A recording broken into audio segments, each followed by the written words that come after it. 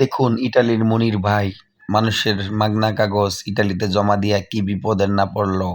Visa লাগার পরে আমাদের বাঙালি ভাইয়েরা ভিসা নেয় না। তার জন্য মনির ভাই অনেক টাকা লস খেয়েছে।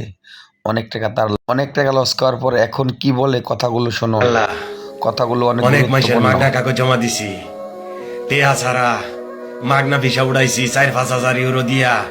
টেয়াগুলি বাংলার 4-5 লাখ টিয়া করে। আল্লাহ, এই হালারা করছে আমার লোকে বেইমানি।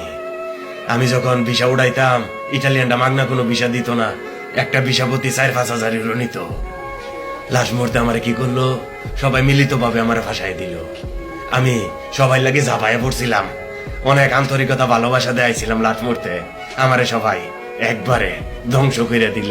হে আল্লাহ, তুমি তাদের বিচার কইরো। তোমার আজকে আমারে যে নষ্ট করছে, আল্লাহ তোমার কাছে আমার বিচার রইলো, প্রতিটা মানুষের বিচার যেন আমি স্বয়ং চোখকে দেখতে পারি।